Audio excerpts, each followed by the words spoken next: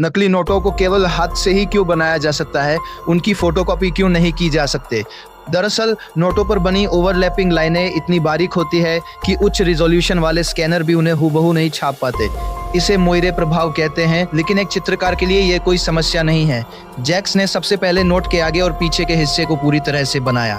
फिर उन्होंने चिमटी की मदद से प्रत्येक भाग को सावधानी पूर्वक जोड़कर एक नकली नोट का मॉडल तैयार किया जो लगभग असली नोट जैसा दिखता था।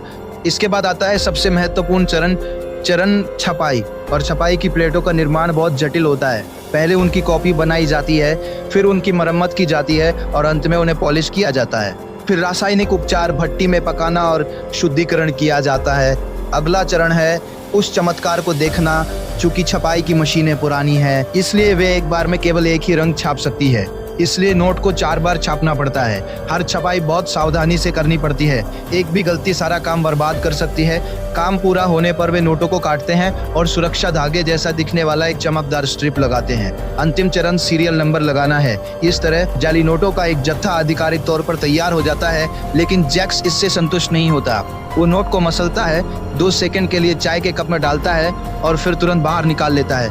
ऐसा नहीं है कि वो परिणाम से नाखुश है, बल्कि पुराने नोटों की नकल करना आसान होता है। उन्होंने सभी नोटों को चाय में भिगोया, सुखाया और फिर ड्रायर का इस्तेमाल किया। जल्दी जांच शुरू होती है। केवल उन्हीं नोटों को जाली माना जाता है जिनका सफलतापूर्वक उपयोग किया जा सकता है। जैक्स अपने भाई को गली में ले जाता है और उसे सुपरमार्केट से एक जाली रुपए से पानी की बोतल खरीदने के लिए कहता है। दुकानदार पैसे लेता है और सामान लेने के लिए मुड़ने ही वाला होता है कि अचानक रुक जाता है। अगले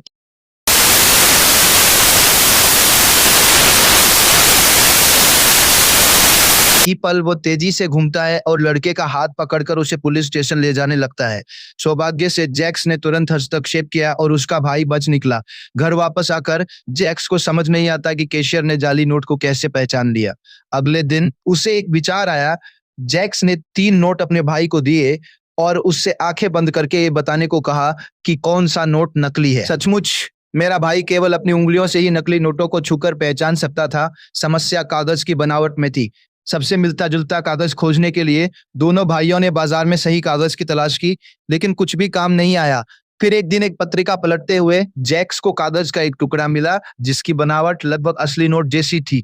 ये थोड़ा पतला था, लेकिन 2 शीटों को एक के ऊपर एक रखकर उन्होंने एकदम सही परिणाम प्राप्त कर लिया। वे तुरंत काम पर लग गए। उन्होंने कागज को ब्लीच किया, नोट के आगे और पीछे की तरफ प्रिंट किया, एक परत में छेद किया, एक चमकदार पट्टी लगाई और दोनों किनारों को सावधानी पूर्वक चिपका दिया।